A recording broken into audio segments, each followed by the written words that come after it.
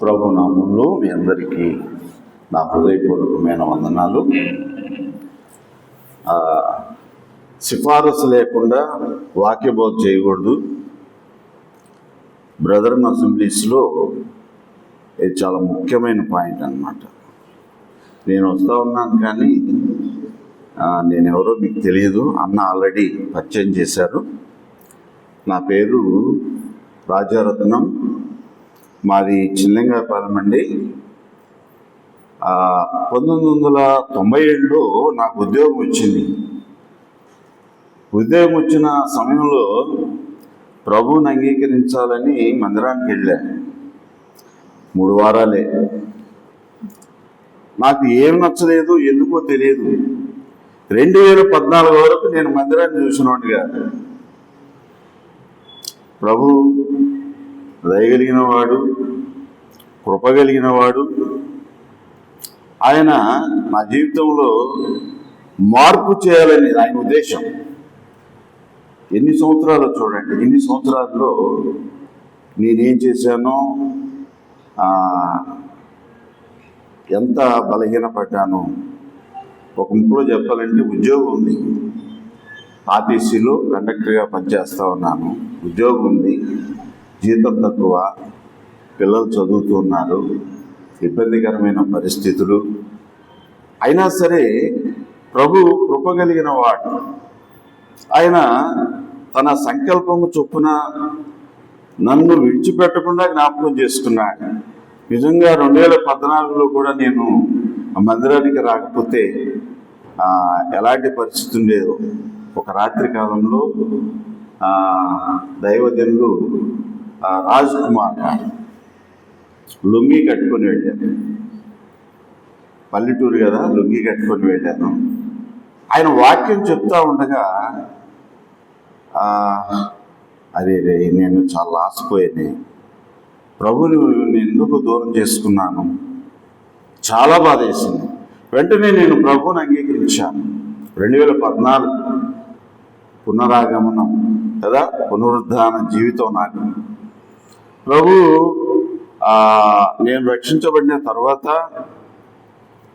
నా మిస్సెస్కి నేను బాప్తిసం తీసుకోవడం ఇష్టం లేదు. నువ్వు ఇంకా ఎదగలేదయ్యా, నువ్వు ఇంకా పరిశుద్ధంగా ఉండాలి, ఇంకా జాగ్రత్తగా ఉండాలి, తర్వాత తీసుకుందులే అన్నది. కానీ ప్రభు సంకల్పం కదండి, ఏది ఆగదు. తన సంకల్పం చొప్పున బాప్తిసం తీసుకున్నాను. వద్దు అన్న నా భార్యకి దెబ్బ కూడా తగిలింది. ఎందుకు వద్దంటున్నావనే దేవుడు ఊరుకోలా. ఆ క్రమంలో ప్రభువులో కొనసాగుతున్నాం. గ్రామం కదా, కొన్ని ఇబ్బందులు వచ్చినాయండి. లోతరన్ మందిరంలో మా గ్రామంలో లోతరన్ మందిరం ఉంది. అంతకుముందు ఆ మందిరాన్ని పడగొట్టి కొంత బాగు చేశారు. ఆ క్రమంలో నేను లూథరన్ మందిరానికి రావాలి అని పట్టుబట్టారు. నేను రానయ్యా అని చెప్పాను.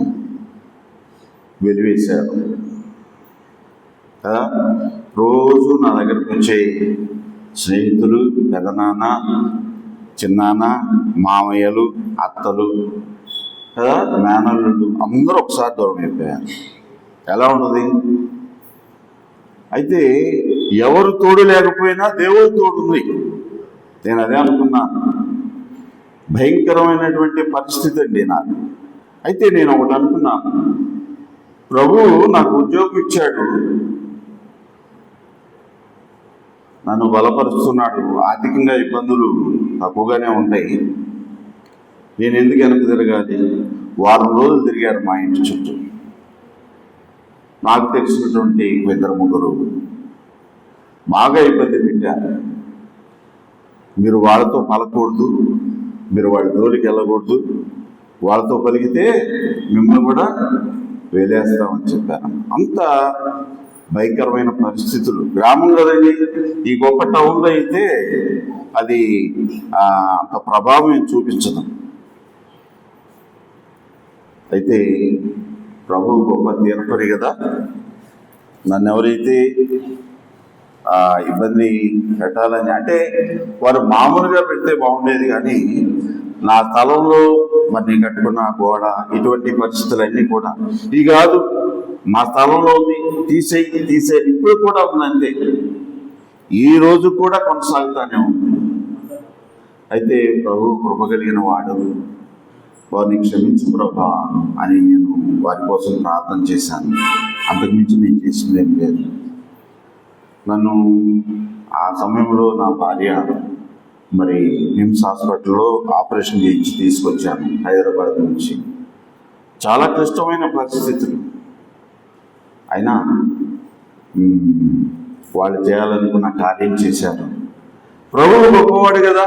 ఎవరైతే ఆ కార్యం చేయాలని సంకల్పించారో, ఒక ఆయనకి పెరాలసిస్ స్ట్రోక్, భయంకరమైనటువంటి హింస అనుభవించాడు. నా చుట్టూ తిరిగి, మా ఇంటి చుట్టూ తిరిగి నన్ను భయంకరంగా హింసించి, నువ్వు ఎట్లా బ్రతుకుతావో, నువ్వు ఎట్లా ఉంటావో, ఎట్లా చేస్తావు అని. నాతో పాటు ఉన్న స్నేహితులు, సహోదరులు కూడా నీకేమైనా పిచ్చి పట్టిందా అన్న. అయినా సరే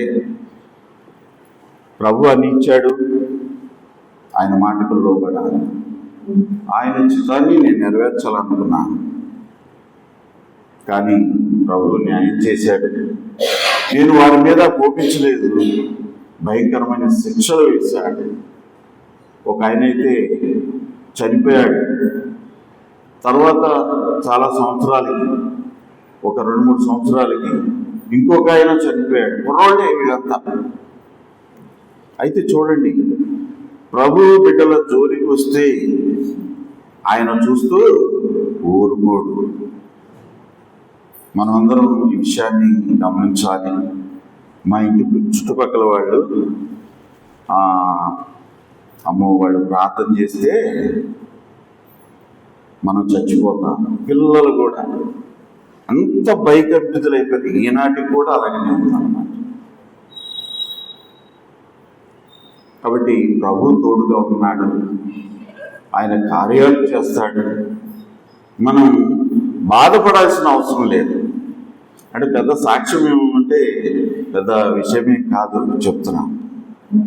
చిన్నప్పటి నుంచి లలితమ్మ, 1వ తరగతి నుంచి లలితమ్మ అన్నోళ్ళ ఎబ్రాహిం అన్నోళ్ళ అమ్మగారు, అక్క అంటాంలే కానీ ఆమె మాకు అమ్మాయి.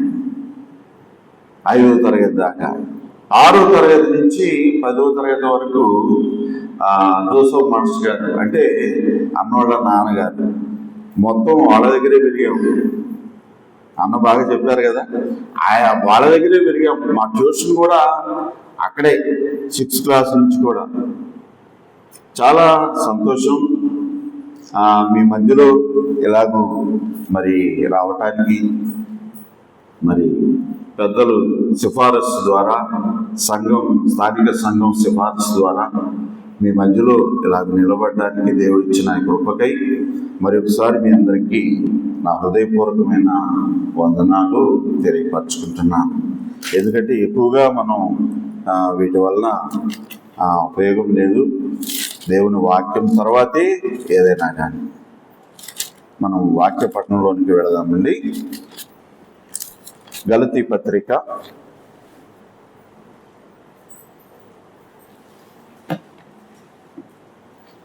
3వ అధ్యాయము 1 నుంచి 5 వరకు ఉన్న వచనాలు మనం చదువుకుందాం. ఓ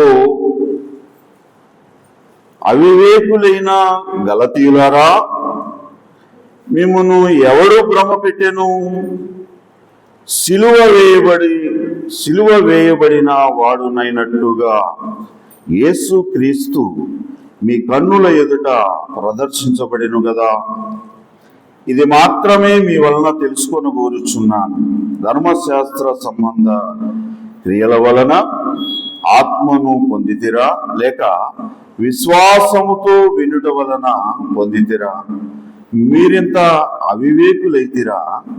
మొదట ఆత్మానుసారముగా ఆరంభించి ఇప్పుడు శరీరానుసారముగా పరిపూర్ణులగుదురా?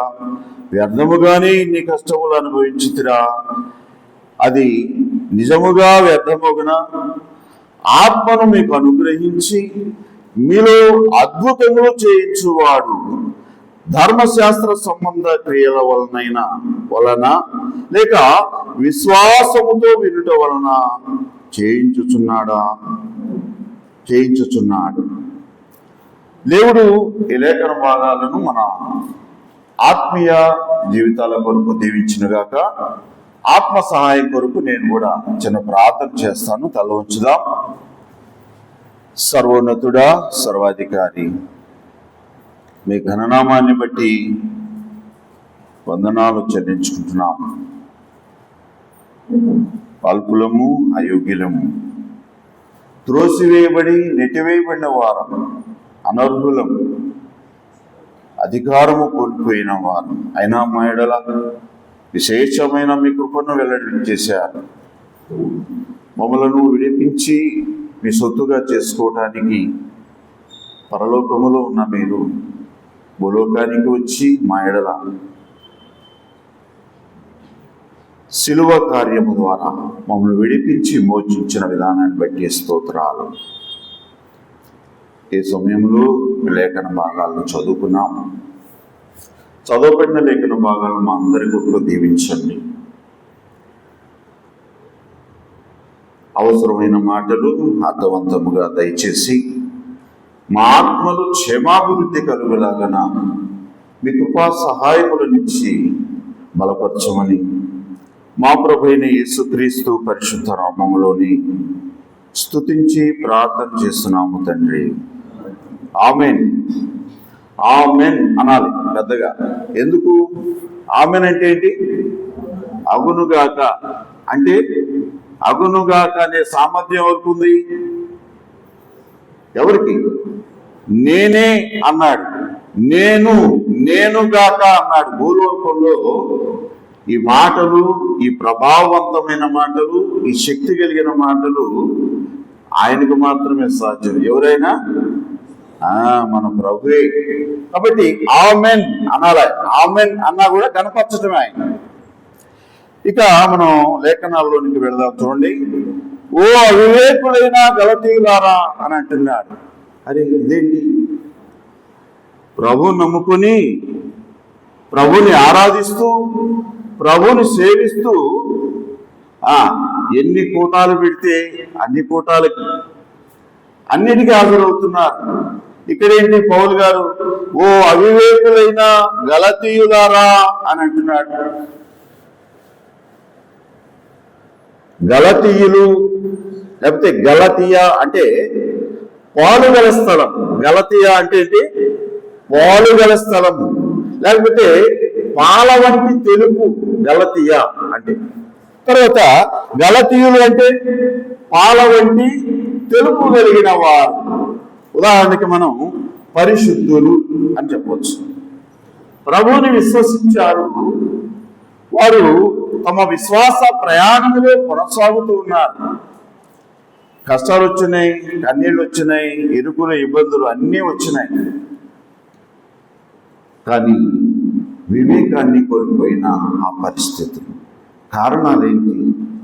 పౌలు గారు ఇంత కఠినంగా ఎందుకు గలతీయ ప్రాంతంలో ఉన్న సంఘాలను హెచ్చరిస్తున్నాడు అంటే, ఆ ప్రాంతంలో పౌలు గారి సువార్త ద్వారా సంఘాలు అక్కడ ఏర్పడినాయి. యూదుల్లో నుండి కొంతమంది ప్రభువుని అంగీకరించారు. ప్రభువుని అంగీకరించి వారు కూడా కొనసాగుతూ ఉన్నారు. కాలక్రమేణా వారిలో మార్పు వచ్చింది కదా. ఎలాంటి మార్పు అంటే, వినుట ద్వారా విశ్వాసము కలుగును అన్నాడు. ఎవరిని గూర్చి వినుట ద్వారా? యేసు ప్రభుని గూర్చి వినుట ద్వారా. ఏం వినుట ద్వారా? ఆయన మన కోసం, ఎలా అనుకుందాం, నా కోసం దేవాది దేవుడిగా ఉన్న ఆయన ఏమీ లేనివాడిగా, దీనుడుగా, దరిద్రుడిగా, ఇంకా చెప్పాలంటే అన్నీ కోల్పోయాడు. ఏమీ లేనివాడిగా వచ్చాడు. అన్నీ కోల్పోయిన మనల్ని అన్నీ ఇచ్చి ఉద్ధరించాడు. ఎంత ఆశ్చర్యమో కదా. వినుట వల్ల విశ్వాసము ద్వారానే రక్షణ. అయితే ఇక్కడ యూదులు, లేకపోతే యూదుల్లో నుంచి వచ్చిన కొంతమంది బోధకులు వాళ్ళు ఏం చెప్తున్నారంటే, ధర్మశాస్త్రాన్ని, యేసు ప్రభుని అంగీకరించాలి, ఓకే. రెండవది, ధర్మశాస్త్రాన్ని అనుసరించి మీరు క్రియలు చేయండి, ప్రధానంగా సున్నతి విషయంలో. ఎంత ఆశ్చర్యమో చూడండి. మనం ఒకదాన్ని నమ్మాం, మనం ఒకదాన్ని విశ్వసించాం, మనకు రక్షణ ఎలా కలిగింది కదా. నేను పాపినయ్యా, నా కోసం నువ్వు కలువరి శిలువలో చనిపోయావు, నువ్వు నా కోసం ప్రాణం పెట్టావు, రక్తం కాచావు, నీ రక్తంలో నన్ను కడిగావయ్యా, నేను పాపిని అని అంగీకరిస్తే కదా. అంతేనా? మనం అందరం తీర్మానాలు చేశాం కదా. తీర్మానం చేసిన తర్వాత బాప్తిసం తీసుకున్నాం. మనం ఆయన అంగీకరించాం,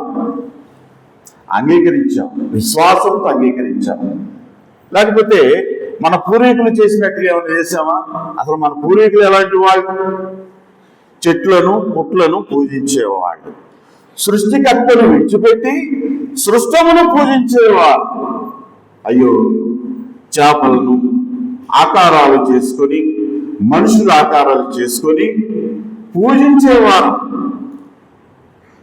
ఎలాంటి దౌర్భాగ్య పరిస్థితి చూడండి. మన విగ్రహాలను మనమే తయారు చేసుకొని దండలేసి పూజలు చేసే పరిస్థితులు, నేడున్న పరిస్థితులు మనం చూడగలుగుతున్నాం. అయితే ప్రభువు దయాళుడు, ఆయన కృప కలిగిన వాడు. ఆయన తన దయా సంకల్పము నెరవేర్చబడాలి అని కోరిక. ఆదికాండం 3వ అధ్యాయం 15వ వచనంలో ఈ రక్షణ ప్రస్థానం ప్రారంభమైంది. అంతకుముందు ఎలా ఉంది? భయంకరమైన పాపం కదా, ఆపేవారు లేరు, ఇష్టానుసారంగా జీవించటం, ఒక క్రమం లేదు. విశ్వాస యోధుడిగా ఉన్న హేబెలును కయీను చంపేశాడు. అంతటితో ఆగిపోయింది అనుకున్నారేమో, కానీ దేవుడు అలా ఊరుకున్నాడా? తనకు మారుగా చేతునిచ్చాడు. చేతుకాలంలో కూడా ఉంది భయంకరమైనటువంటి పాపం, కానీ ఆ క్రమాన్ని దేవుడు ఏర్పాటు చేసుకున్నాడు. భయంకరమైన పరిస్థితులు. తర్వాత ఏనోషు వచ్చాడు. బైబిల్ గ్రంథంలో మనం చదువుతాం కదా, ఏనోషు కాలంలోనే ప్రార్థన ప్రారంభమైంది. ఎందుకు? అసలు ఏనోషు అంటే అర్థం ఏంటి? ఏనోషు అంటే బలహీనుడు.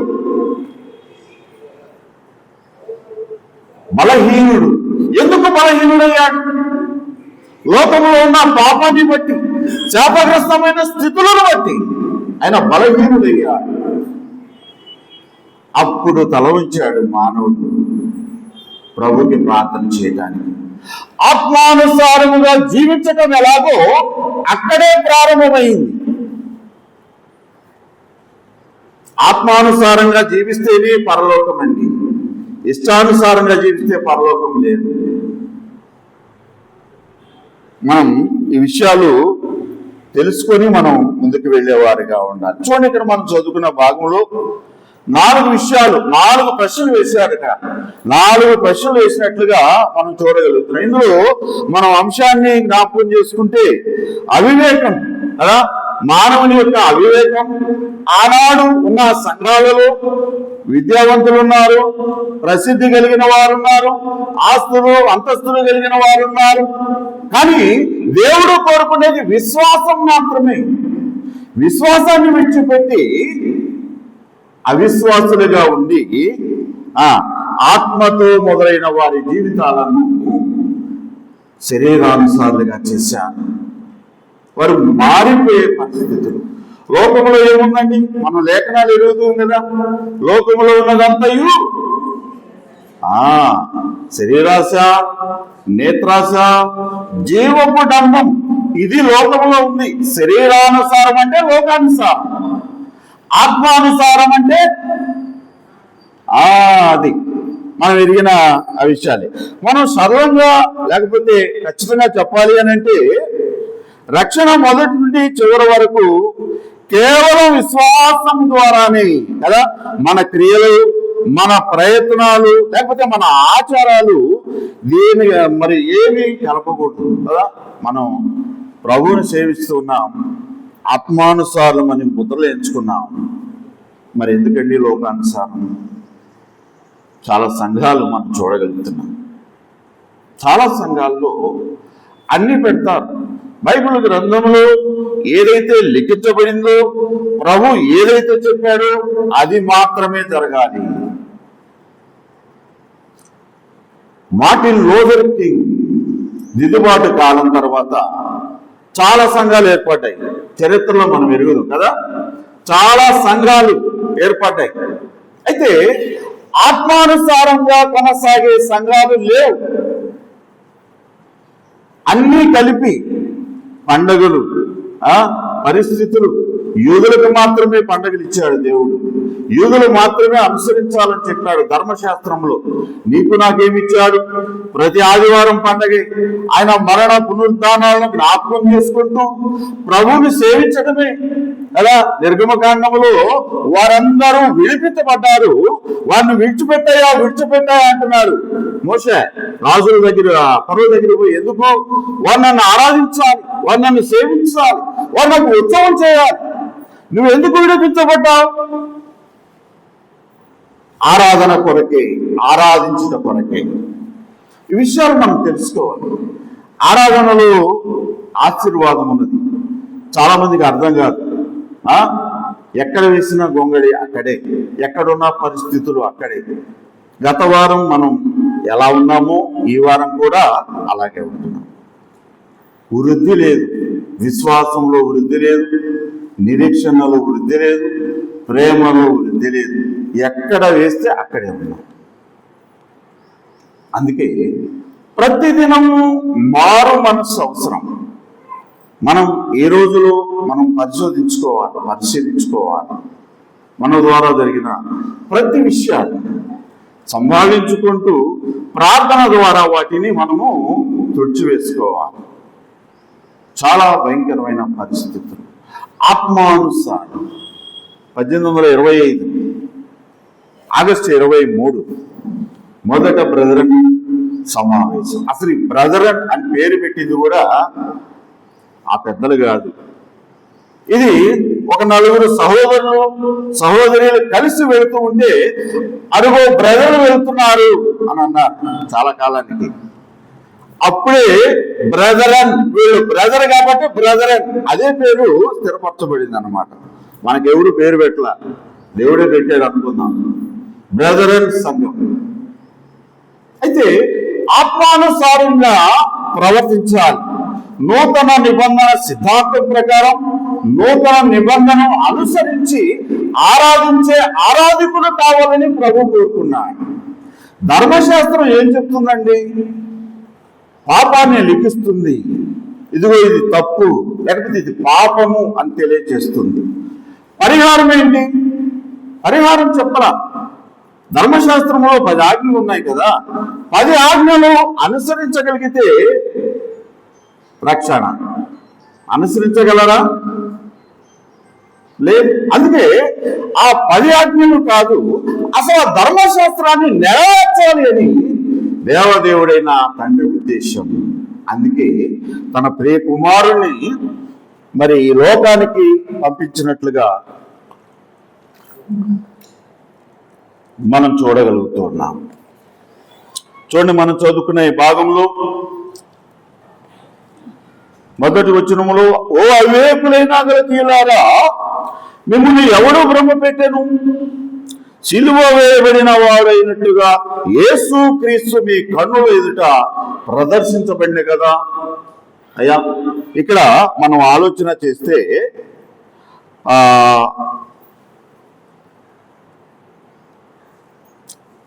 4 విషయాలు మనం జ్ఞాపకం చేసుకున్నాం. సిలువను మర్చిపోయారా అని. సిలువను మోసింది ఎవరు? యేసు ప్రభు. ఎందుకు మోసాడు? నిన్ను నన్ను విడిపించడానికి. అసలు ఆయన ఎవరు?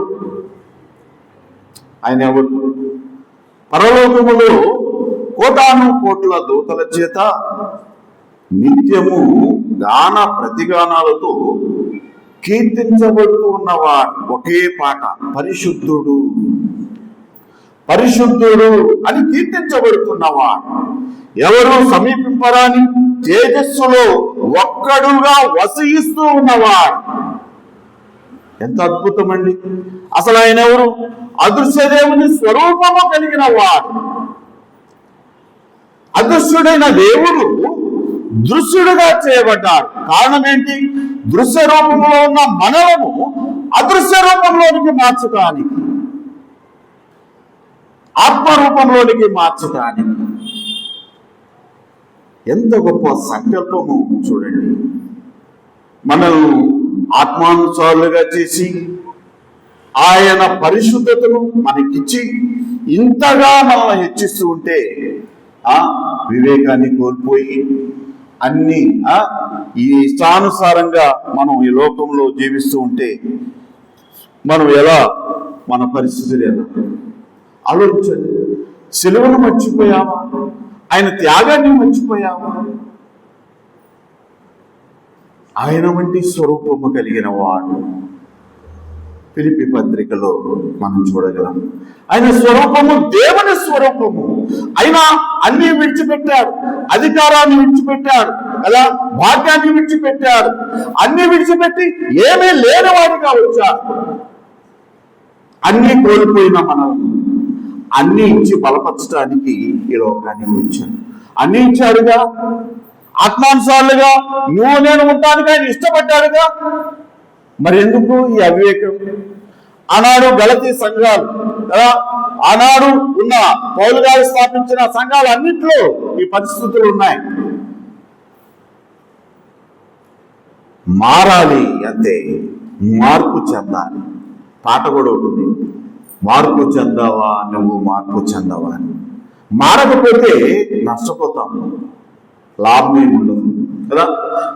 మనల్ని ఆయన రక్తము ద్వారా కన్నాడు, మనల్ని ఆయన ప్రాణమిచ్చి మనల్ని ప్రేమించాడు. నా ప్రియుడు నా వాడు, నేను ఆయన వాడను లేకపోతే ఆయన దానను ఎందుకు నువ్వు అనుకోలేకపోతున్నావు?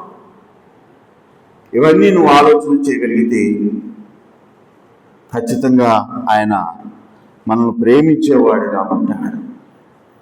నువ్వెవరు అని అంటే ఒకటే సమాధానం, ఎవరు నువ్వు? ఆత్మానుసారుడవు.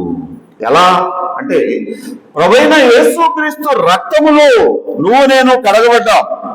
ఆయన రక్తము ద్వారా ఈ అద్భుతమైనటువంటి ఈ కిరీటాన్ని, ఆత్మానుసారమైనటువంటి ఈ కిరీటాన్ని ఆయన మనకు అనుగ్రహించినట్లుగా మనం చూడగలుగుతున్నాం. కానీ ఈ దినాల్లో ఆయన సిలువను, ఆయన సిలువ కార్యాన్ని, ఆయన కలువరి సిలువలో పడిన ఆ శ్రమలు, ఆ నిందలు, ఆ వేదన, బాధ అన్ని విడిచిపెట్టారు. ఇష్టానుసారంగా ప్రవర్తించటం, ఇష్టానుసారంగా ఆరాధన చేయటం. అబ్రాహాము అంటే గొప్ప తండ్రి అని అనుకుంటాం కదా, అటువంటి అబ్రహాముగా మార్పు చెందాడు. 22వ అధ్యాయం ఆదికాండంలో చివరి వచనంలో మనం చూస్తాం. అబ్రాహాము అంటే గొప్ప తండ్రి, అబ్రహాం అంటే జనములకు తండ్రి. అంటే ఆత్మానుసారముగా ఉంటే దేవుడు హెచ్చిస్తాడు. యాకోబు అంటే దొంగ, మోసగాడు. ఇశ్రాయేలు అంటే యాకోబు ఇశ్రాయేలుగా మార్చబడ్డాడు. ఎలా అంటే పోరాటం చేశాడు, ఆయన దేవునితోనే పోరాటం చేశాడు. మన ఆత్మీయ జీవితాల్లో పోరాటం చేయాలి కదా. పేతురు జ్ఞాపకం చేస్తున్నాడు, వాడు గర్జించు సింహం వలె వస్తున్నాడు. ఎవరైతే అత్యున్నతమైన విశ్వాసం కలిగి ఉంటారో, ఎవరైతే సంపూర్ణంగా ప్రభుని సేవిస్తూ ఉన్నారో వారిని నెట్టివేయటానికి, పాపములో పడివేయటానికి. అమ్మాయ్యా, నీకు అర్థమవుతుందా? నువ్వు ఆత్మానుసారుడివే. నీ జీవితం ముగింపు వరకు కూడా చాలా జాగ్రత్తగా ఉండాలి అని ప్రభు హెచ్చరిస్తూ ఉన్నాడు కదా. పాత నిబంధనలో కూడా యెహెజ్కేలు గ్రంథములో 36వ అధ్యాయం 26వ వచనంలో, నేను మీకు కొత్త హృదయం ఇస్తాను, నా ఆత్మను మీలో ఉంచుతాను, లేకపోతే పోస్తాను అనే ఈ మాటలు ఇక్కడ మనం చూడగలుగుతున్నాం. ఇది కేవలము మన క్రియల వలన కలిగినది కాదు, ఇది కేవలము దేవుని వాగ్దానం వలన కలిగినట్లుగా మనం చూడగలుగుతున్నాము. ఆత్మానుసారులుగా ఉన్న మనము ఆత్మ సంబంధమైన దేవుని ఆజ్ఞకు లోబడి ఆయన చిత్తానికి లోబడే వారముగా మనం ఉండాలి.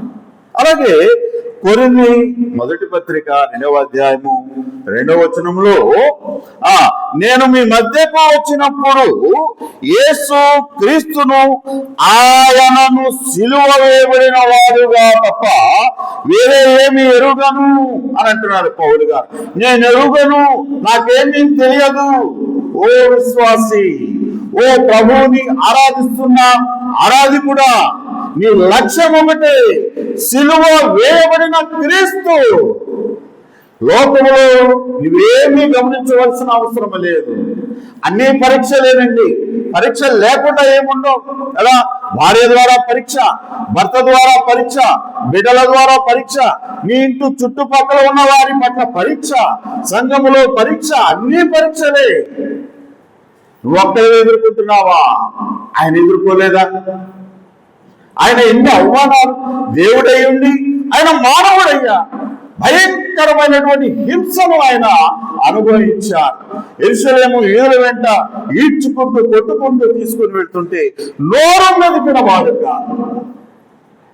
ఎంత అద్భుతమో చూడండి, ఎంత అద్భుతం. నిన్ను ఆత్మానుసారుడిగా మార్చడానికి, ప్రభు సేవకులుగా, ఆయన బిడ్డలుగా మార్చడానికి అసలు ఆయన ఎంత ప్రయాసపడ్డాడు. అవివేకిలాగా వివేకం కోల్పోయి ఇష్టానుసారంగా జీవిస్తామా? ఎంత భయంకరం. మనం ప్రశ్నించుకుందామండి కదా. ఒక రోగి హాస్పిటల్లోనికి వెళ్ళి డాక్టర్ ఇంజెక్షన్ తీసుకున్న తర్వాత పూర్తిగా బాగుపడ్డాడు అనుకుందాం. తర్వాత ఇక నాకు డాక్టర్ వద్దు, మందులు వద్దు అని అంటే రోగం తగ్గుద్దా? తగ్గదు. మందులు వాడాల్సిందే, నువ్వు ఉండాల్సిందే. నువ్వు సజీవంగా ఉండాలంటే డాక్టర్ గారు చెప్పినట్టు ఖచ్చితంగా నువ్వు నడుచుకోవాల్సిందే. మనం ఆత్మానుసారులమైతే దేవునికి మనము లోబడే వారిగా మనం ఉంటాము. మనం ప్రశ్నించుకున్నాం. ఒక ప్రశ్న, అసలు నేనెవరిని అనంటే ప్రతి సమాధానం నీకు వస్తుంది. నీ పూర్వస్థితిని జ్ఞాపకం చేసుకో. ఒకప్పుడు నీకు భాగ్యం లేదు, ఒకప్పుడు నువ్వు లోకస్తుడివి, ఒకప్పుడు నీకు రక్షణ లేదు, ఒకప్పుడు విశ్వాసం లేదు, నీ ఇష్టానుసారమైన జీవితమే. అయితే ప్రభు గొప్పవాడు, పరలోక సంబంధమైన ఆశీర్వాదాలను నీకు నాకు ఇవ్వడానికి ఆయన ఇష్టపడ్డాడు. అన్ని ఇచ్చాడు. అన్ని ఇచ్చి నన్ను సేవించు అన్నాడు. ఇశ్రాయేలీయులు 40 సంవత్సరాల పాటు అరణ్య యాత్రలో ఎన్నిసార్లు పడిపోయారు, పడుతూ లెగిస్తూ కదా ఉన్నారు. అది మనకు పాఠం కావాలి. ఎందుకు బైబిల్ గ్రంథంలో ఈ విషయాలన్నీ దేవుడు చెప్పాడు అని అంటే, మనకు యుగాంతములో బుద్ధి కలగటానికి కదా. బుద్ధి లేని పరిస్థితుల్లో మనం ఉండకూడదు కదా. ఆత్మానుసారులుగా నిన్ను నన్ను చేస్తే లోకానుసారుడుగా ఎలా జీవిస్తావు? నీ మాట, నీ క్రియలు, నీ ఆలోచన, ఉదయం మొదలుకొని సాయంత్రం నువ్వు పడుకునే వరకు ఆయనే ఉండాలి నీ మనసులో. మీరు ఖచ్చితంగా ఆలోచించే చూడండి. సంపూర్ణంగా ఉదయకాలం మొదలుకొని రాత్రి పడుకునే వరకు కూడా సంపూర్ణంగా ఆయన్నే జ్ఞాపకం చేస్తూ, సమయం ఉన్నప్పుడు ప్రార్థన చేయి, సమయం ఉన్నప్పుడు స్తుతించు. అసలు ఆ రోజు నీకు కలిగిన సంతోషం అసలు ఎంత అద్భుతంగా ఉంటుందో, ఎంత అద్భుతంగా ఉంటుంది. మనం గుర్తుపెట్టుకుందాం, మనం ఎవరమి? ఆత్మానుసారులము. వివేక శూన్యులము కాదు, ఆ వివేకము కోల్పోయిన వారము కాదు. అలాగైతే మన జీవితం ఎలా ఉండాలి? నేను క్రీస్తు వంటి వాడను అన్నాడు పౌలు గారు. ఆయన రూపం మార్చబడింది, ఆయన స్థితి గతి అన్నీ మార్చబడ్డాయి. గలతీ 2:20లో ఇక జీవించేవాడను నేను కాదయ్యా అని అంటున్నాడు. మనం ఎందుకు పాపం చేస్తున్నాం? మనం ఎందుకు ఇష్టానుసారంగా జీవిస్తున్నాం? ప్రభు అలా చెప్పాడా?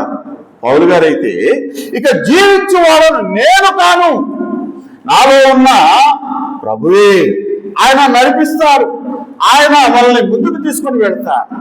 ప్రారంభ దినాల్లో ఎన్నో శ్రమలు ఎదుర్కొన్న సమస్యలు మన సంఘాలు ఆ దినాలలో, కానీ వారు గట్టిగా పోరాటం చేశారు, వారు నిలబడ్డారు, నిలిపారు సంఘాలు. ఎన్ని సంఘాలుగా మరి విస్తరించబడ్డాయో చూడండి. ఆత్మానుసారమైన సంఘాలు అంటే కేవలం బ్రదర్ అని మాత్రమే నేను చెప్పగలను. ఇందులో మరి ఏమాత్రమూ సందేహం లేదు. మనం దాటి వెళ్ళిపోదాం. రెండవది 2వ వచనములో 3:2 చూద్దామా? ఇది మీ కన్నుల ఎదుట ప్రదర్శించబడెను కదా, ఇది మాత్రమే మీ వలన తెలుసుకొని కోరుచున్నాను. ధర్మశాస్త్ర సంబంధ క్రియల వలన ఆత్మను పొందితిరా, లేక విశ్వాసముతో వినుట వలన పొందితిరా?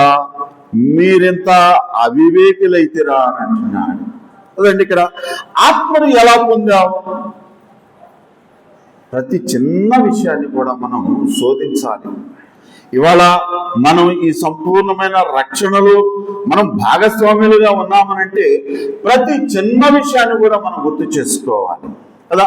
ఆత్మను ఎలా పొందావు? చూడండి, ఇక్కడ గలతీలో ఉన్న ఆ సంఘాలు కదా, ధర్మశాస్త్ర క్రియలు చేసి ఆత్మను పొందావా, లేకపోతే విశ్వాసముతో వినుట ద్వారా పొందావా అని పౌలు గారు ప్రశ్నిస్తున్నాడు. 2వ ప్రశ్న. మరి మన సమాధానం ఏంటి? ఏం చెప్పాలి కదా? నేను విశ్వాసంతోనే పొందాను అని అంటున్నాను. నువ్వు చెప్పగలవా? విశ్వాసంతో నువ్వు రక్షణ పొందగలిగితే ఇక లోకంతో నీకు పని ఏంటి? చాలా మంది నేను చూడగలుగుతున్నా, ఆరాధన అయిపోగలే వెళ్ళిపోతున్నారు. అది తప్పండి. దేవుడు నీ కోసం ఏం దాచి ఉంచాడో నీకు తెలియదు కదా. ఏ మాట ద్వారా నీ హృదయంలో స్థిరత అనేది వస్తుందో, ఏ మాట ద్వారా నువ్వు మంచి ఫలాన్ని పొందుకుంటావు, ప్రతిదాన్ని మనం వినగలగాల, ప్రతిదాన్ని మనం అర్థం చేసుకోవాలి. చూడండి, ఇక్కడ ఆత్మను ఎలా పొందాం? మనం ఎలా పొందాం కదా? విశ్వాసంతో పొందాం. నిజంగా 2500 లేకపోతే 600 సంవత్సరాల క్రితము ఆయన సిలువ వేయబడ్డాడు. నువ్వు నేను చూసామా? విన్నాం, చరిత్ర ఉంది. ఈనాడు ప్రపంచంలో 2 ముఖ్యమైన భాగాలు, క్రైస్తవులు, 2వ తెగ ముస్లింలు. వీరు దేవుడు ఒక్కడే, కుమారుని ఒప్పుకోరు. కానీ ఇక్కడ కుమారుడు వచ్చి కార్యాలు చేస్తాడు, కుమారుడు విడిపిస్తాడు అని లేఖనాలు స్పష్టంగా బోధించబడుతున్నాయి. ఆది కాండం నుంచి పెద్ద ప్రవక్తలు, చిన్న ప్రవక్తలు అందరూ బోధించారు. అన్ని విషయాలు తెలిసి కూడా ఇశ్రాయేలీలు లేకపోతే ఇప్పుడున్న యూదులు వాళ్ళు నమ్మలేకపోతున్నారు.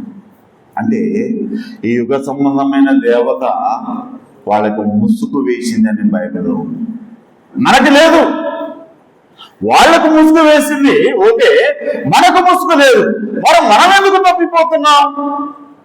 విశ్వాసముతో వినడం ద్వారా ఏమిన్నా మనం అదృశ్య దేవుడు, అదృశ్యుడైన ఆయన దృశ్య రూపంలోనికి వచ్చాడు, దీనుడిగా వచ్చాడు, దాసుడిగా వచ్చాడు. 30 వెండి నాణాలుగా ఆయన అమ్మివేయబడ్డాడు. సాతానేమో 30 వెండి నాణ్యాలకు యేసు ప్రభువుని అమ్మివేస్తే ప్రభు మనం ఎట్లా కొన్నాడు? విలువైన ఆయన రక్తంతో కొన్నాడు. అసలు నీ రక్షణ ఎంత ప్రత్యేకమైనదో చూడండి, ఎంత అద్భుతమో చూడండి. ఇంత గొప్ప రక్షణ నీకు ఇస్తే ఆత్మను విడిచిపెట్టి లోకానుసారమైన క్రియల్లో మరి మనము బాలిభాగస్తులుగా ఉంటామా? అపోస్తుల కార్యాల గ్రంథములో 10వ అధ్యాయంలో అక్కడ ఒక ఆయన ఉన్నాడు. ఎవరైనా కొర్నేలి 44వ వచనంలో కొర్నేలి ఇంట్లో ఒక సమావేశం జరిగింది. అంతకుముందు అంటే నేను ఎక్కువగా మీకు వచనాలు ఎక్కువగా చూపించను, నేనే చెప్తా ఉంటాను, వెళ్తూ ఉంటాను. ఇక్కడ మనం ఆయన అన్యుడు, కొర్నేలి ఎవరు? అన్యుడు. ఒక అన్యుడు కొంతమంది అన్యులను అంటే వారి చుట్టుపక్కల బంధువులు వారందరినీ చేర్చుకున్నారు. పౌలు గారికి వర్తమానం పంపిస్తే ఆయన వచ్చాడు. చక్కగా ఆయన బోధిస్తున్నప్పుడు పరిశుద్ధాత్మ దిగింది, వారి మీదకి దిగినట్టుగా మరి అక్కడున్న లేఖన భాగాల్లో మనం చూడగలుగుతూ ఉన్నాం. ఇది ధర్మశాస్త్ర క్రియల వలన జరిగిందా, లేకపోతే విశ్వాసంతో వినుట ద్వారా జరిగిందా? ఆ సమావేశంలో ఎవరైతే విన్నారో, ఎవరైతే ఆయన వైపు చూశారో వారందరి మీదకి ఆత్మ దిగినట్లుగా మనం చూడగలుగుతున్నాం. అమ్మాయ్య, నీకు అర్థమవుతుందా? ఎంత గొప్ప రక్షణ చూడండి. ఆనాడు వారు ఉన్నారు, ఈనాడు మనం సజీవులుగా ఉన్నాం. ఈ రక్షణ నీకు నాకు ఉచితంగా వచ్చింది కాదు. ఎన్నో వేదన, బాధ, శోధన అనుభవించాడు ఆయన. వీరేం చేస్తున్నారో వీళ్ళకి తెలియదయ్యా, వీరిని క్షమించు క్షమించు అని అన్నాడు. ఎంత అద్భుతమైన దేవుడు మన రక్షకుడుగా ఉన్నాడో చూడండి. అన్నీ ఇచ్చి నన్ను సేవించు అనంటే నువ్వు లోకానుసారుడుగా మారిపోయి ఇష్టానుసారుడుగా జీవిస్తావా? ఇది నీకు న్యాయమా? ఆయన ప్రశ్నిస్తున్నాడు. ఇది నీకు న్యాయమా అని అంటున్నాడు. ఆలోచన చెయ్యి. కొర్నేలి నమ్మాడు, కొర్నేలి కుటుంబం నమ్మింది, కొర్నేలి సహచరులు నమ్మారు. అక్కడున్న వారందరూ విశ్వాసముగా ఉన్నారు. కాబట్టి వారందరి మీదకి ఆత్మ దిగినట్లుగా మనం చూడగలుగుతున్నాం. అవిశ్వాసుల మీదకి దిగుద్దా? దిగదు. నమ్మాలి. ఆయన నా కోసం ప్రాణం పెట్టాడు, ఆయన నా కోసం సిలువ పడ్డాడు, ఆయన నా నిమిత్తము రక్తము కార్చాడు.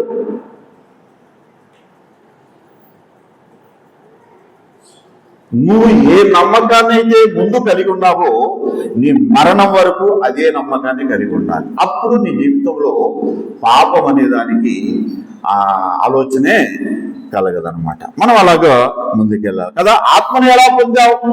ఆయన మరణము ద్వారా, లేకపోతే ఆయన రక్తము కాచి మనం విమోచించడం ద్వారా. ఎప్పుడు ఆత్మ వచ్చింది?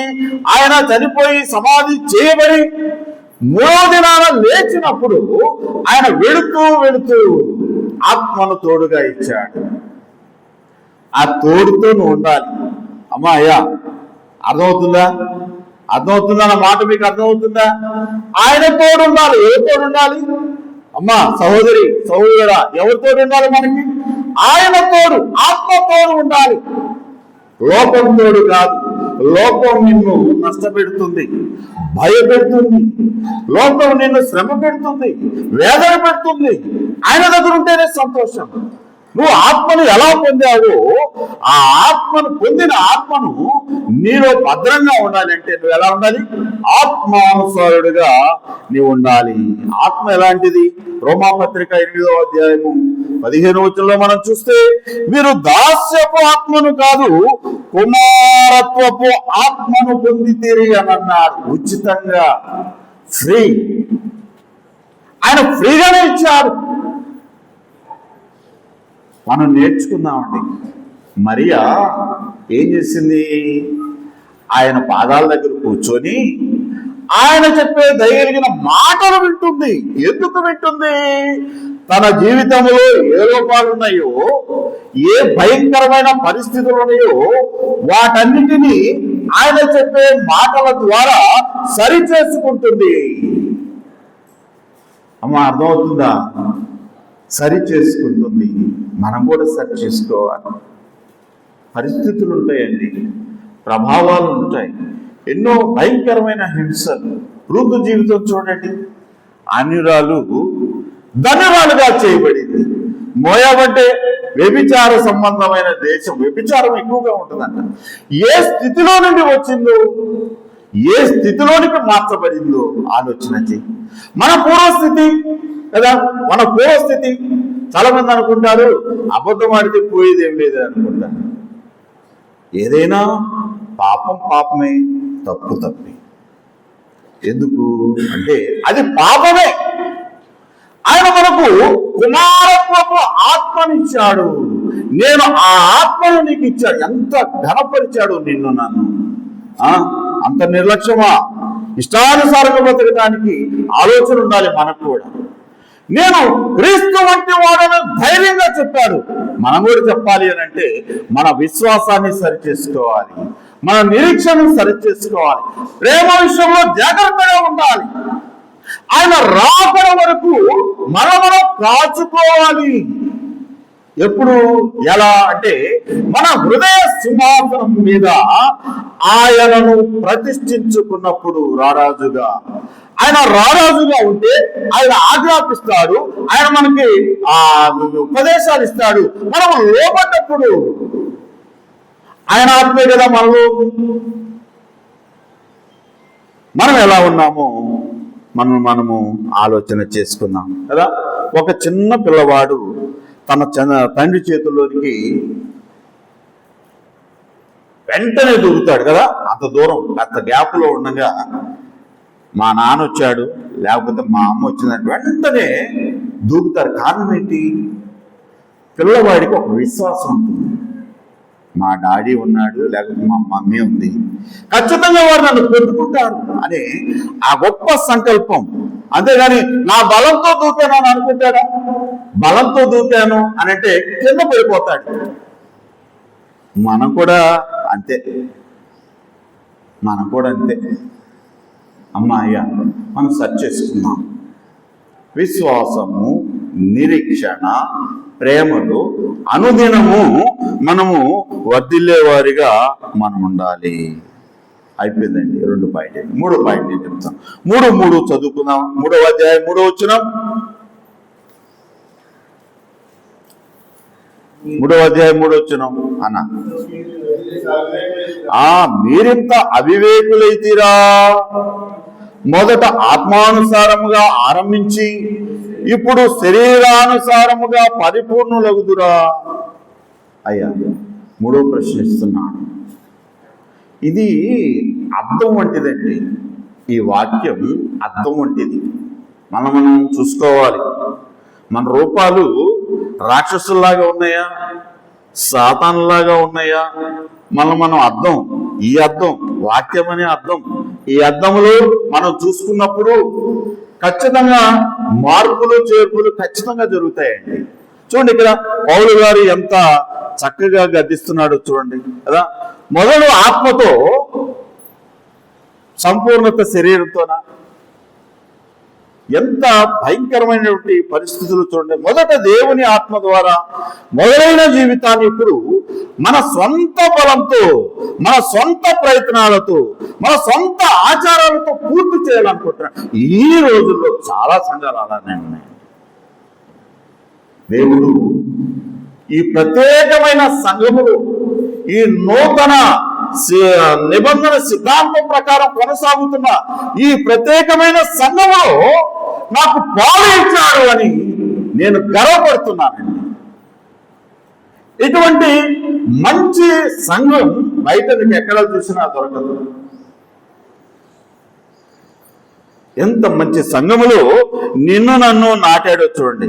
ఆత్మ ద్వారా కదా. 3:3లో మీరింత అవివేకులైతిరా, మొదట ఆత్మానుసారంగా ఆరంభించి ఇప్పుడు శరీరానుసారంగా పరిపూర్ణులవుతురా. విశ్వాసం ఉండాలి. ధర్మశాస్త్రంలో సున్నతి అనే విషయం ఉంది. ధర్మశాస్త్రానుసారంగా మనం జీవించాలని ఇప్పుడు మనకి లేదు. ధర్మశాస్త్రాన్ని యేసు ప్రభు నెరవేర్చాడు. శిలువ కార్యము ద్వారా ఆయన నెరవేర్చాడు.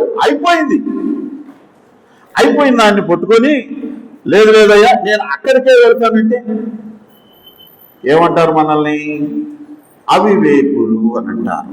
వివేకం కోల్పోయిన వాడి పరిస్థితి ఎలా ఉంటుంది అంటే లోకములోనికి వెళ్ళిపోతాడు. లోకములో ఏముంది?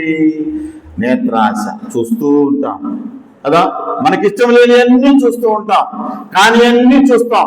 శరీరాశ, కాని పనులన్నీ చేస్తూ ఉంటాం. మూడోది ఏం చేసినా ఏముందలే, గర్వం. ఎంతగా గర్వం?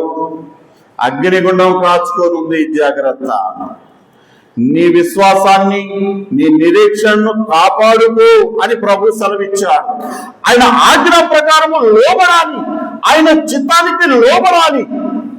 నిన్ను నువ్వు ఎలా ఉన్నావో ఎందుకు పరిశీలించుకోలేకపోతున్నావు? ఆలోచన చెయ్యి.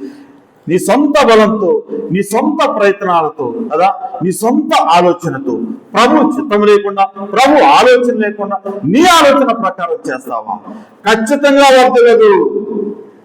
నాకన్నా మధ్యలో స్కూల్ గురించి చెప్తూ మీరందరూ ఏం చేయమన్నాడు? ప్రార్థన చేయండి కదా. అన్నకేం పని కదా, మనమందరం ఎవరిని? ఆయన సేవించే బిడ్డలు. అందుకే మన ప్రార్థన బలము ద్వారా ఆ కార్యము సంపూర్ణంగా గావించబడాలి అనేది ఆయన సంకల్పం.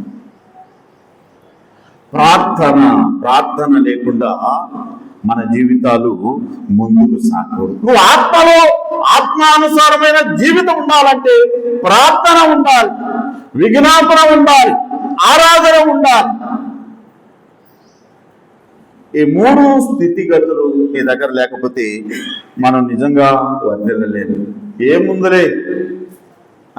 ఏముందులే జరగదా కాదా అని చాలా మంది ఉన్నారండి. మనం ప్రభువుని సేవించేవారిగా, మనం ప్రభు బిడ్డలుగా కేవలం ఆత్మానుసారులము, కేవలం మనమెవరమి? ఆత్మానుసారులము.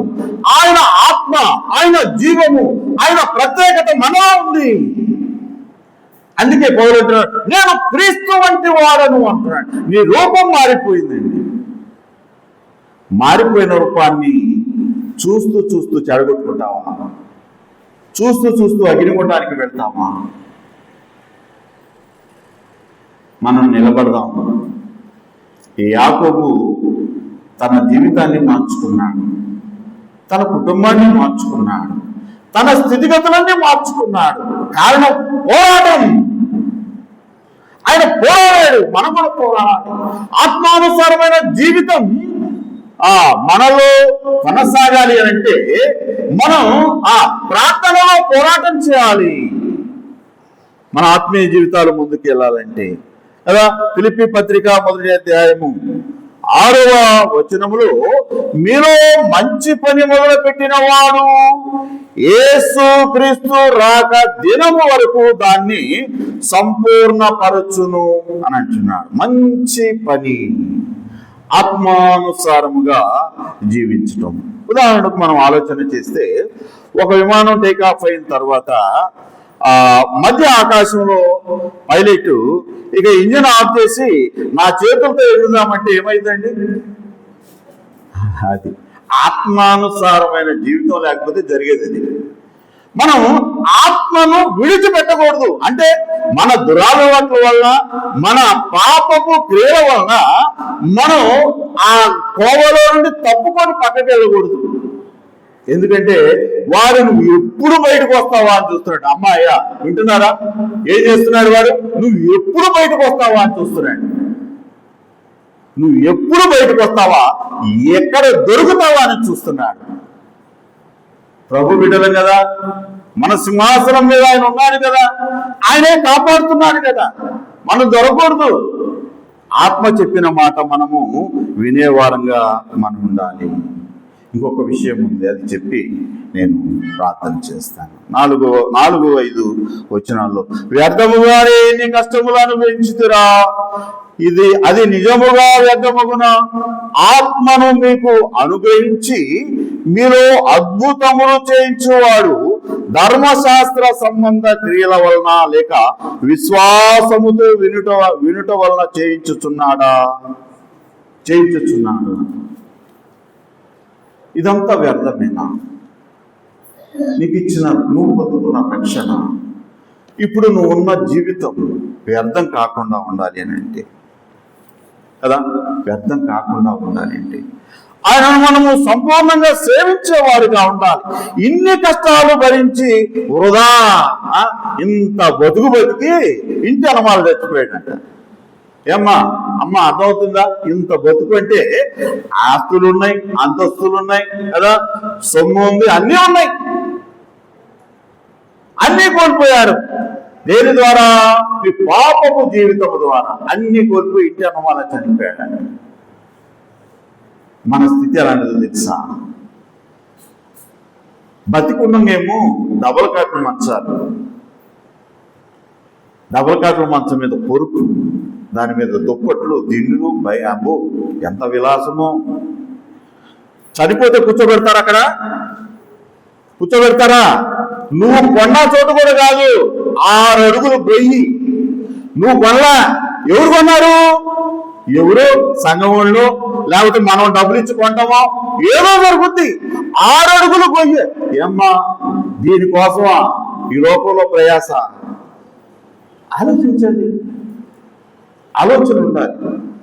ఇంత అద్భుతమైనటువంటి పరిస్థితుల్లో గలతీయులు ఉన్నారు. పాలవంటి వారు, వారి స్వభావం పాలవంటి వారు పరిశుద్ధులుగా ఉన్నారు, ప్రత్యేకమైన వారిగా ఉన్నారు. అయినా సరే దిగజారిపోతే అన్ని కోల్పోతాము. ఆలోచన చేయండి. అపోస్తుల కార్యాల గ్రంథములు 2వ అధ్యాయం మనం ఎరిగిన వచనాలు 38-39 వచనాల్లో మనం చూస్తే, ఒక్క స్వార్థ ప్రకటనతో, పేతురు గారి స్వార్థ ప్రకటనతో 3000 ఆత్మలు కదా, మనం ఎరిగిన విషయాలే. అలాగే హెబ్రీ పత్రికలో కూడా మనం చూస్తాం 10వ అధ్యాయం 35వ వచనంలో, మీ విశ్వాసమును విడవకుడి, దాని వలన గొప్ప ఫలితం ఉంది. నేను మీకు అర్థమే చెప్తున్నా, మీ విశ్వాసాన్ని విడవకండి. చివరి దినం వరకు, నీ మరణ దినం వరకు కొనసాగించండి, దానిలోనే ఉండండి, నిలబడండి, నేర్చుకోండి, ఆయన బట్టి నడవండి, గొప్ప ఫలితం ఉంది. అత్యల్పులము, అన్ని కోల్పోయిన వారము, దేవదేవునితో సహవాసము, ఆయన కుడిపార్శ్వంలో కూర్చుండే గొప్ప భాగ్యము.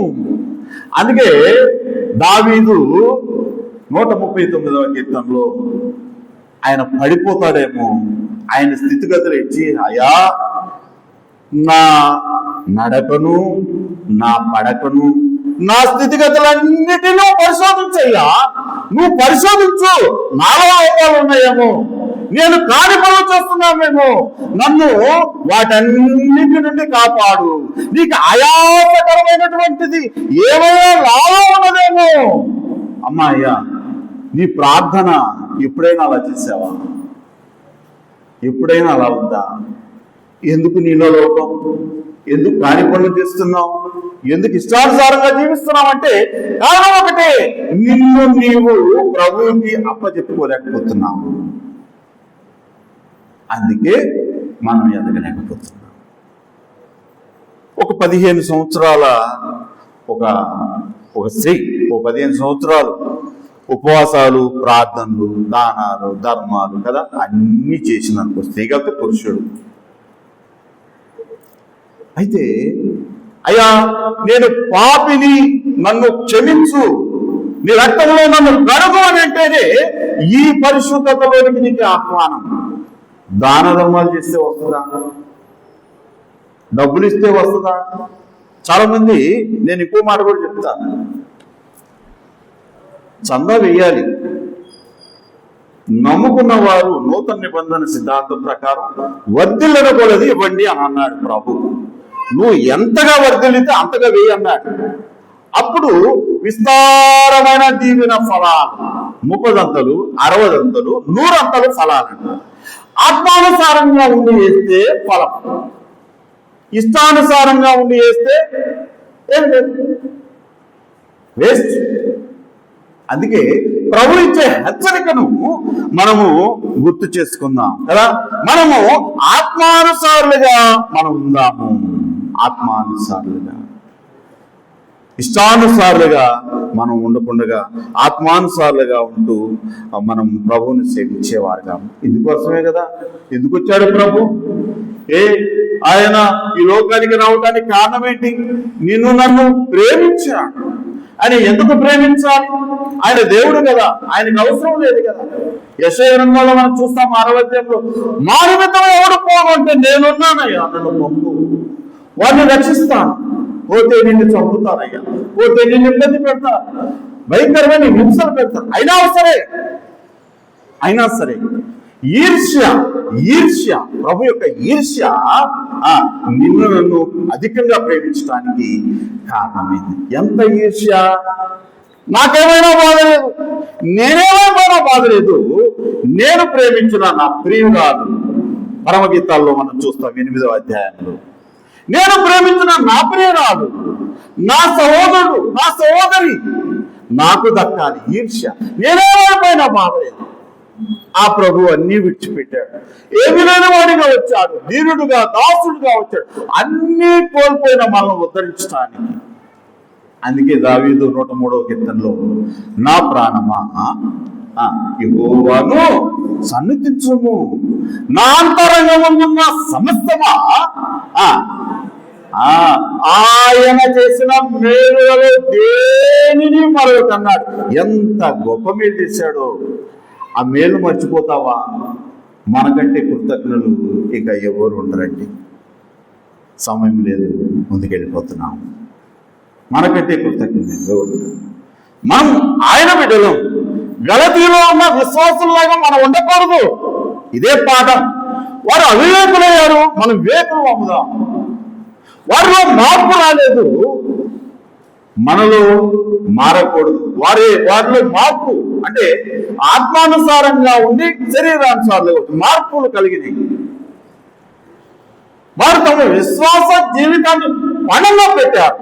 ఎంత దౌర్భాగ్యం! ఈ దినాల్లో కూడా మనం చాలా సంఘాలు మనం చూద్దాం. మనకేమి ఇచ్చాడు? అన్నీ ఇచ్చాడా కదా. నేనైతే దయచేసి క్షమించండి, మీరు ఎవరైనా క్రిస్మస్ అయినా, లేకపోతే గుడ్ ఫ్రైడే అయినా, లేకపోతే ఈస్టర్ అయినా, మనకు సంబంధం లేదండి. ప్రతి ఆదివారం మన పండుగ. మనం ఆత్మానుసారం. దేవుడు మనకేమిచ్చాడు? నన్ను సేవించు, నేను నీకు ఫలాన్ని ఇస్తాను అన్నాడు, నేను నిన్ను ఆశీర్వాదిస్తాను అని అన్నాడు. నన్ను సేవించు, ఒకటే. మనం ఎలా ఉన్నామో మనం ఆలోచన చేసుకుందాం. 4 ప్రశ్నలు పౌలు గారు గలతీ సంఘానికి వేశాడు. ఆ ప్రశ్నలకు సమాధానం వారి తర్వాత చెప్పుకుంటారు అనుకుంటున్నాను. ఇప్పుడు మనకు కూడా 4 ప్రశ్నలు అర్థంలో, వాక్యం అనే అర్థంలో 4 ప్రశ్నలు. నువ్వు సిలువను మర్చిపోయావా? సిలువలో ఆయన త్యాగాన్ని మర్చిపోయావా? ఇష్టానుసారంగా ఉన్నావా? 2, నువ్వు అసలు ఆత్మని ఎలా పొందావు? పొందిన ఆత్మ నీలో స్థిరంగా ఉందా? మూడవది, మొదలు ఆత్మతో నీ సంపూర్ణత శరీరంతోనా? నేను నువ్వు ఆలోచన చేసుకో. 4వది, అంతా వృధా అయినా అమ్మా, ఇంత పని చేసి, ఇన్ని అద్భుతాలు చేసి, ఇంతగా మనం ప్రతి ఆదివారం, ప్రతి వారగుడికి మనం వస్తూ పరలోక రాజ్యంలోకి మనం వెళ్ళలేకపోతే మన విశ్వాసం ఏ పాటిది? ఆలోచన చేయండి. 4 విషయాలు కదా. మీ రక్షణ శిలువ కార్యం ద్వారా మొదలైంది. 2, మీ ఆత్మ విశ్వాసం ద్వారా మాత్రమే వచ్చింది. అది గుర్తుపెట్టుకోండి. మీ జీవితం ఆత్మ ద్వారానే కొనసాగాలి. ఒక చిన్న తీర్మానం చేసుకుందాం. చిన్న తీర్మానం. మనమందరం మన తలకాయలు ఉంచుతాం, కళ్ళు ఉంచుతాం. ఒక మంచి తీర్మానం. మనం ఒక మంచి తీర్మానం చేసుకొని మనం ఇక్కడి నుంచి మరి బయటకు వెళ్ళచ్చు. పౌలు గారు గలతీలో ఉన్న సంఘాలను హెచ్చరిస్తున్నాడు. కారణం ఏంటంటే దుర్బోధ, బైబిల్కు వ్యతిరేకంగా వచ్చే ఏ బోధైనా అది దుర్బోధ. ఏమంటున్నాడు? నేను విశ్వాసము ద్వారా మరి ఆ ఆత్మను పొందారు మీరు, ఇప్పుడేమో శరీర అనుసారంగా మీరు సంపూర్ణులు అవుతాం అంటున్నారు. ఇది కాదయ్యా, ఇలా కాదు అని అంటున్నాడు. అర్థంలో మనం పరిశీలించుకున్నాం.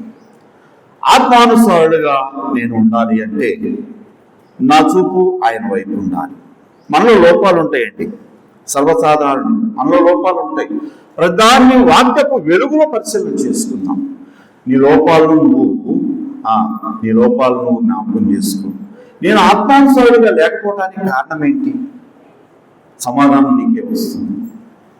ఒకవేళ నేను ఆత్మానుసారంగా లేక ప్రభువుని సేవించకుండా గనక ఉంటే, ప్రభువా నన్ను క్షమించయ్యా, ఒక్క నిమిషం మనం మౌనంగా ఉందాం. ఒక నిమిషం మనం మౌనంగా ఉండి మన పరిస్థితిని ఆయనకు వివరించుకొని మనం ముందుకు వెళ్దాం.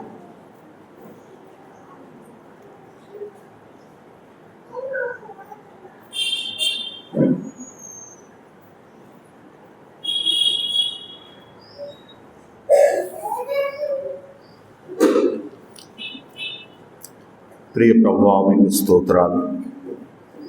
మీరు అనుగ్రహించిన మీ మాటలకై వందనాలు. వాటిని నీరు కట్టి ఫలింపచేయండి.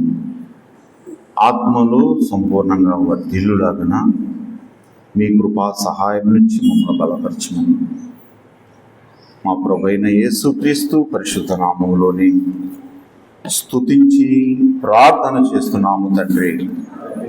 ఆమేన్. అందరికీ వందనాలు.